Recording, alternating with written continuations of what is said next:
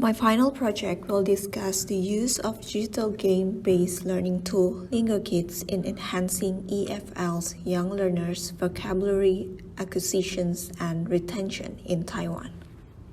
Introductions.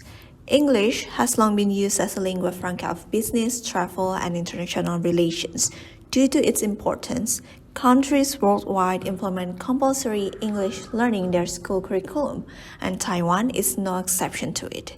In 2018, Taiwan announced the 2030 Bilingual Nation Policy, which intends to make Taiwan a bilingual nation by 2030 to increase general English proficiency and strengthen the country's overall national competitiveness. Because of this new policy and also the globalizations, it cannot be denied that acquiring English is important. And in the process of acquiring English as a second language, vocabulary knowledge plays a crucial role in its process.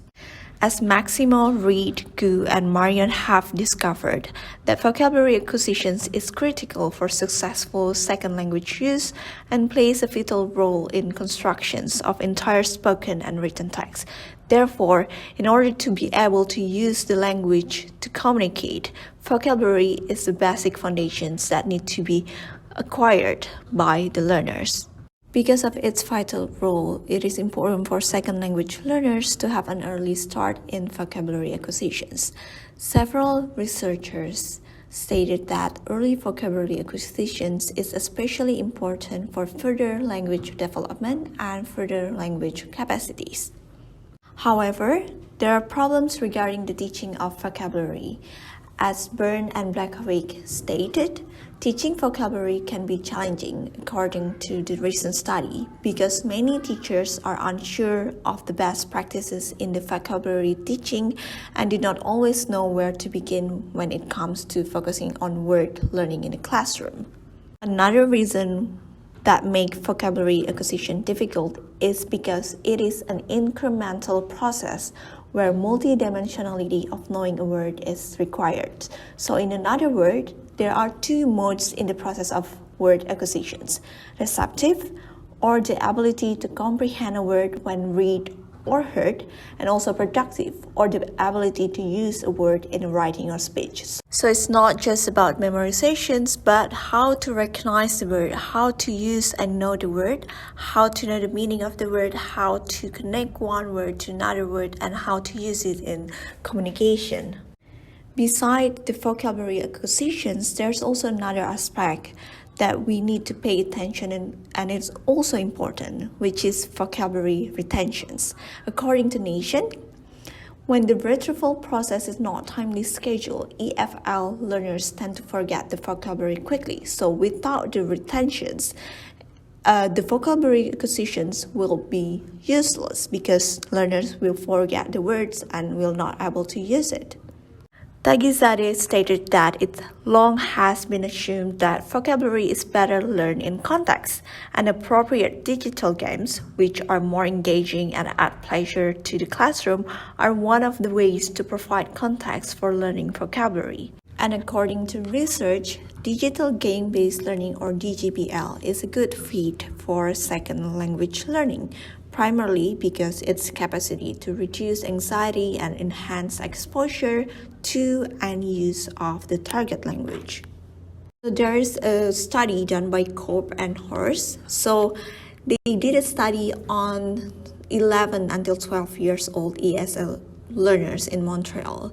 They're using games, digital games, for 2 months to help learners learn vocabulary.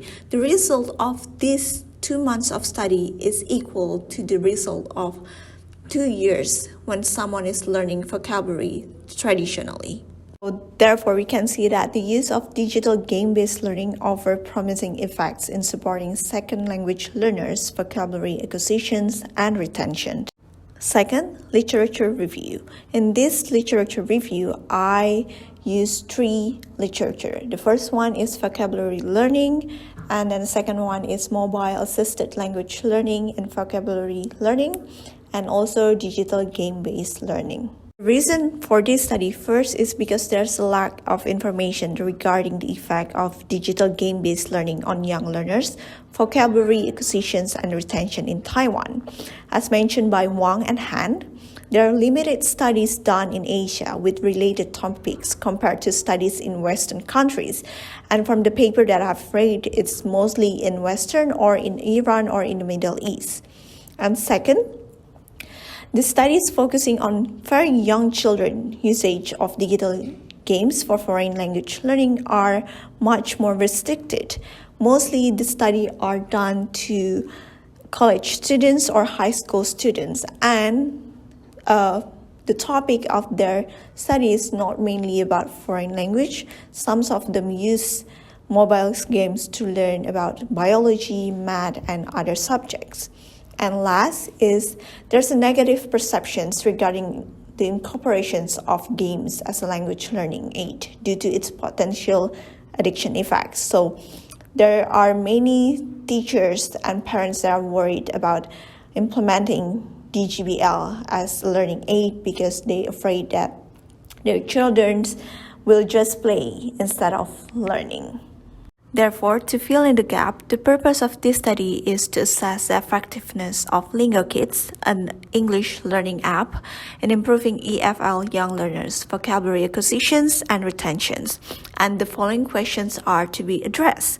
First, do EFL young learners show better performance in vocabulary acquisitions after using Lingokids? And second, do EFL young learners show better performance in vocabulary retentions after using Lingokids? 3 methods. The first one is research design. So this study is using the quasi-experimental design with pre-test, post-test, and delayed post-test.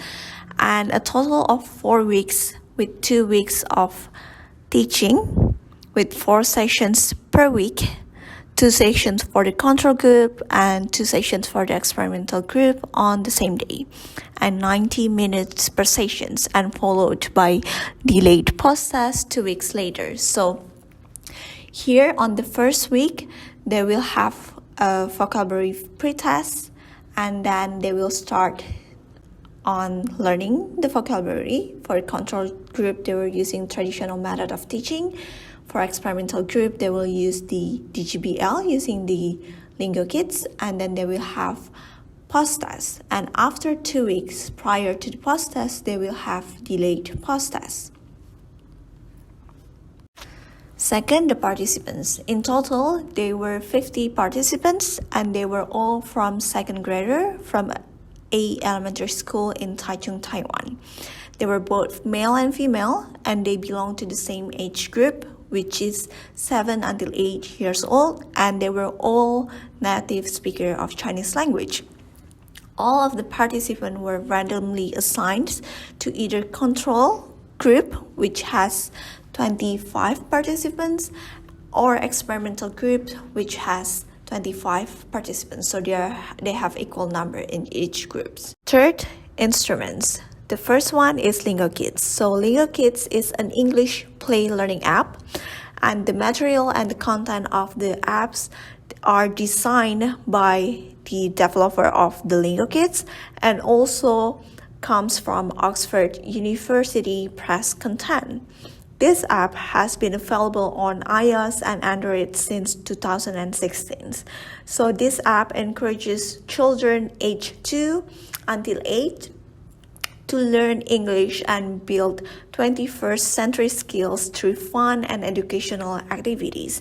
So this app provides games, animated songs, stressing activities, live action tutorials, and also if you go to the website, they have worksheets, additional videos, and also while you're playing the app, they provide feedback, songs that can engage children to learn.